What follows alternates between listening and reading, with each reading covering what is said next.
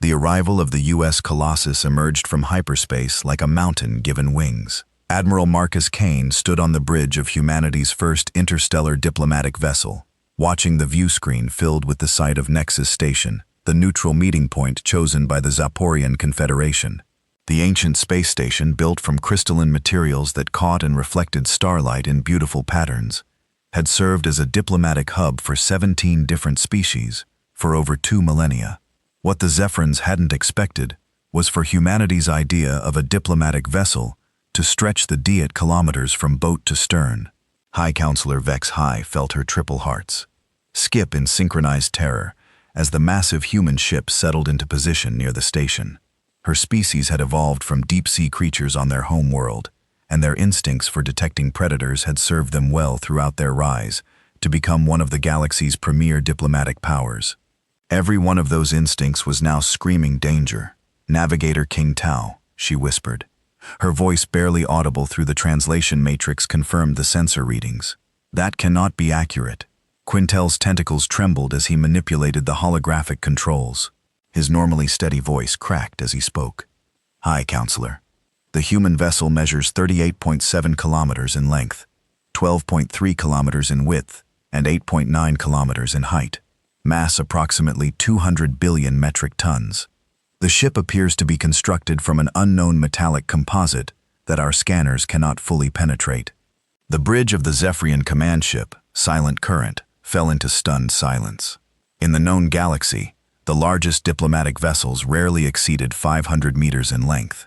Even the mighty Kari battle fleets feared across 3 star systems, fielded warships that barely reached 2 kilometers at their largest. The humans had brought something that dwarfed entire space stations. "High Counselor," Communications Specialist Arxara called out, her voice steady despite the circumstances. "The human vessel is broadcasting on standard diplomatic frequencies. They're requesting permission to dock." Vexai composed herself, drawing on centuries of diplomatic training. "Open a channel." The view screen flickered and resolved into the image of a human male with graying hair and kind eyes. He wore a deep blue uniform with insignia that suggested high rank, and his bearing radiated confidence without aggression. When he spoke, his voice carried the calm authority of someone accustomed to command. "Greetings, representatives of the Zephyrian Confederation. I am Admiral Marcus Kane of the United Earth Space Force. I command the UES Colossus, and I bring greetings from the people of Earth. We come in peace, seeking dialogue and mutual understanding." Vexai forced herself to respond according to protocol, though her survival instincts were in full alarm. "Admiral Kane, I am High Counselor Vexai of the Zephyrian Confederation. We welcome you to Nexus Station. Your vessel's specifications are quite remarkable. We would be honored to proceed with first contact protocols." Kane's expression softened slightly.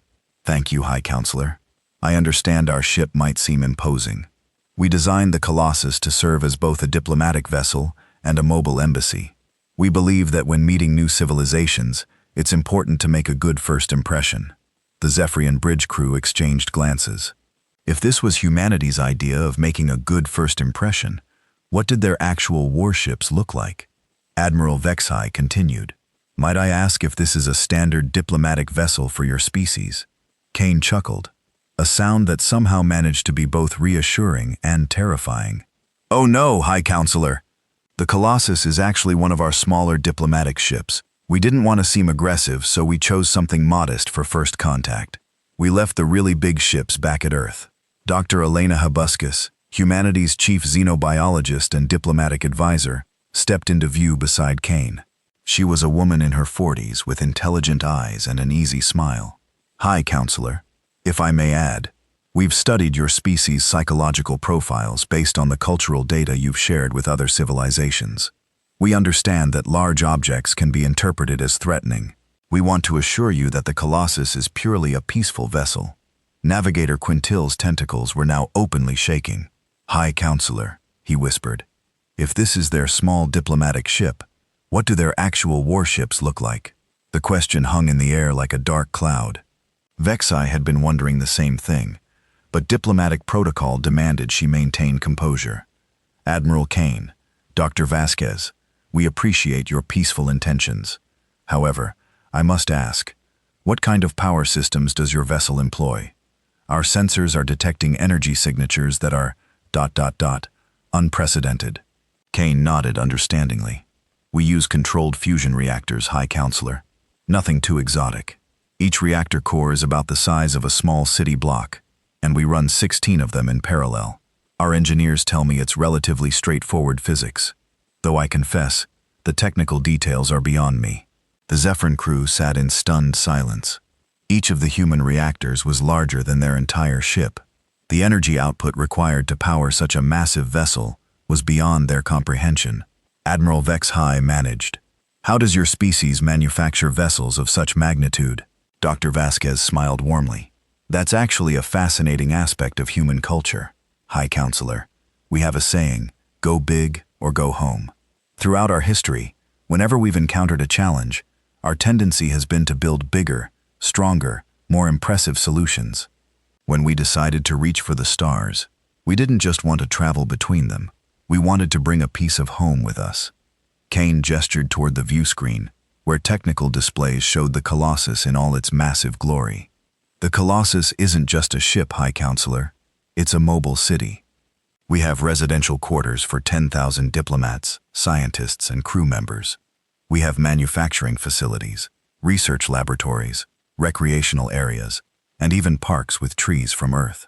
When we go exploring, we bring our entire civilization with us. The implications were staggering. If humanity could build mobile cities and casually send them across the galaxy, what was their total industrial capacity? What was their population?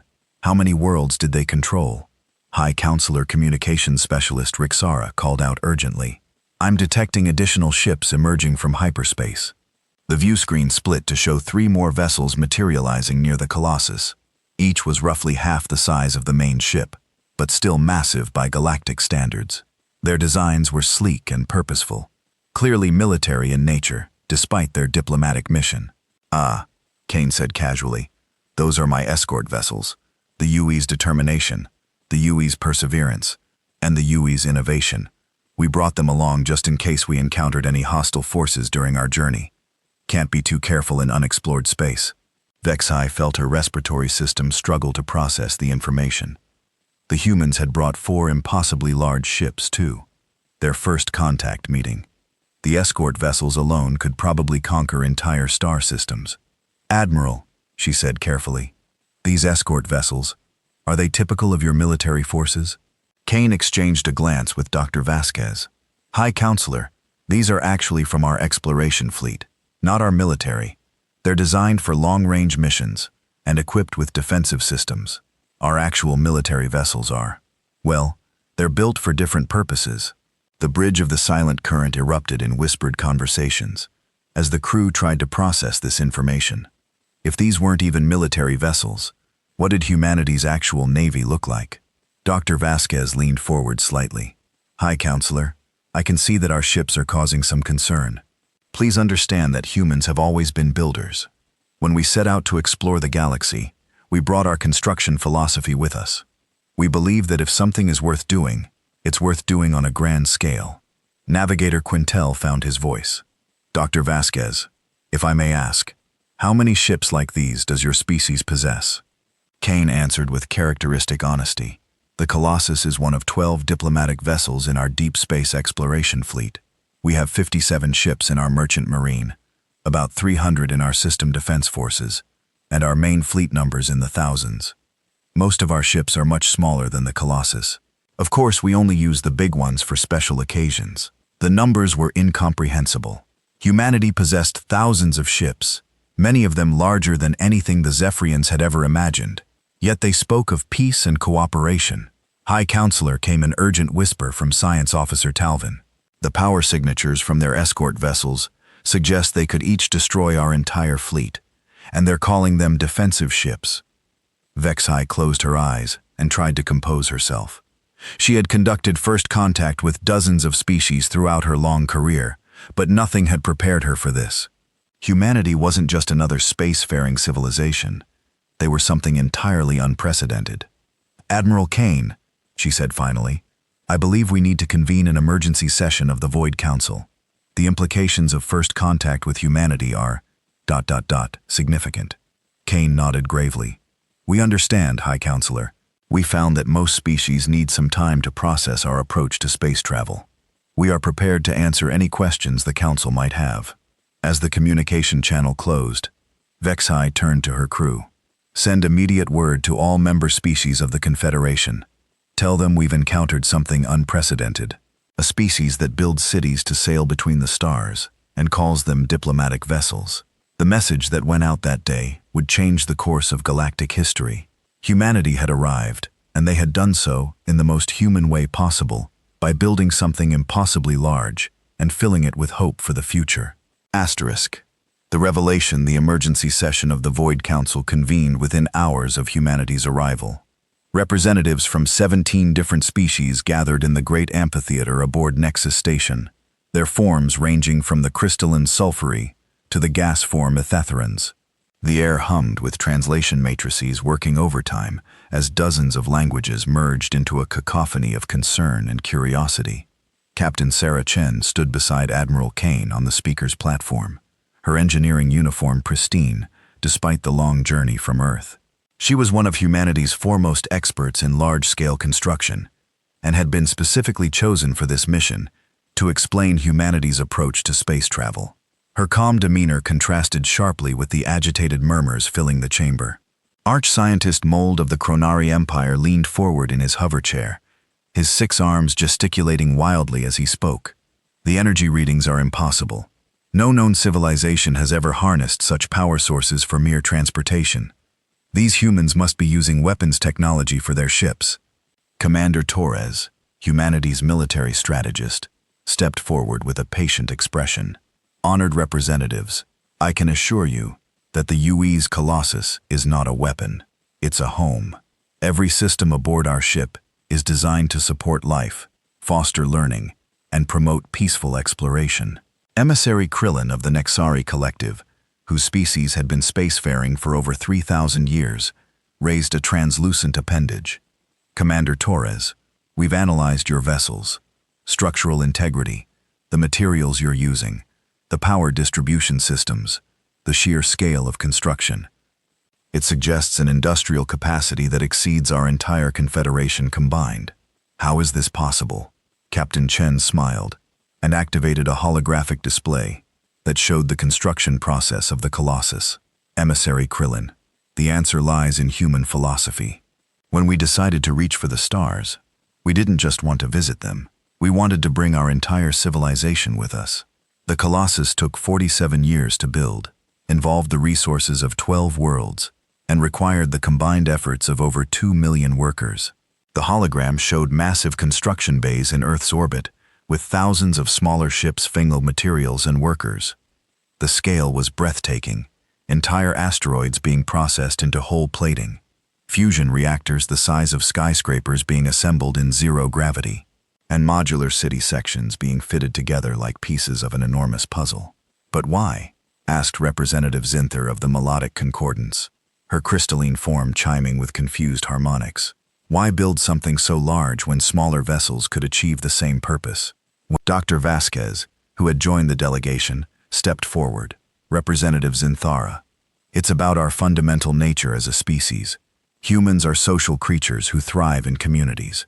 When we go exploring, we don't just send scientists and diplomats.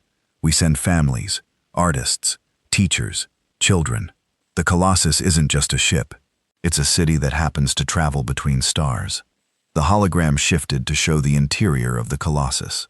Vast atriums filled with earth plants stretched for kilometers. Residential districts with tree-lined.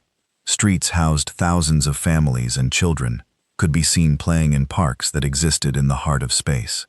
Schools, hospitals, theaters, and research facilities created a complete ecosystem of human civilization. Arch-scientist Moldark's expression shifted from suspicion to wonder. You've created a world that travels between worlds. Exactly, Captain Chen confirmed. Every human ship is designed to be self-sufficient for decades or even centuries. We don't just visit other civilizations. We bring our entire culture to share with them. Art, music, literature, cuisine, games, and most importantly, Our children's laughter. The chamber fell silent as the implications sank in. This wasn't just advanced technology. It was an entirely different philosophy of existence. High Counselor Vekshai, who had been observing quietly, spoke up. Admiral Kane, you mentioned that you have thousands of ships. Are they all built to this scale? Kane nodded. Not all, High Counselor. We have different classes of vessels for different purposes. Our exploration ships, like the Colossus, are the largest because they need to support entire communities for long periods. Our merchant vessels are smaller, usually only 15 to 20 kilometers long, because they're designed for efficiency. Our system defense ships are built for speed and maneuverability, so they're typically only 5 to 10 kilometers in length. Asterisk, the casual mention of 5-kilometer ships as small sent another wave of shock through the assembly. Representative Kixmore, of the Shifting Sands Coalition, made a sound that the translators couldn't process. And your military? Asked Emissary Krillin, though his voice suggested he wasn't sure he wanted to know the answer. Commander Torres stepped forward with a serious expression. Our military philosophy is different from what you might expect. We don't build ships to conquer or destroy. We build them to protect and deter. Our largest military vessels are the Leviathan-class Defenders, which measure about 50 kilometers in length.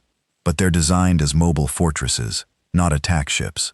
The number 50 kilometers hung in the air like a physical weight. Even the most advanced civilizations in the galaxy had never conceived of military vessels on such a scale. How do you power such ships? Asked Science Officer Talvin, who had been granted permission to speak at the emergency session. Captain Chen's eyes lit up with enthusiasm. That's actually one of our proudest achievements. We use controlled microsingularities as our primary power source. Each Leviathan-class ship contains 5 artificial black holes, each about the size of a marble, held in perfect suspension by electromagnetic fields.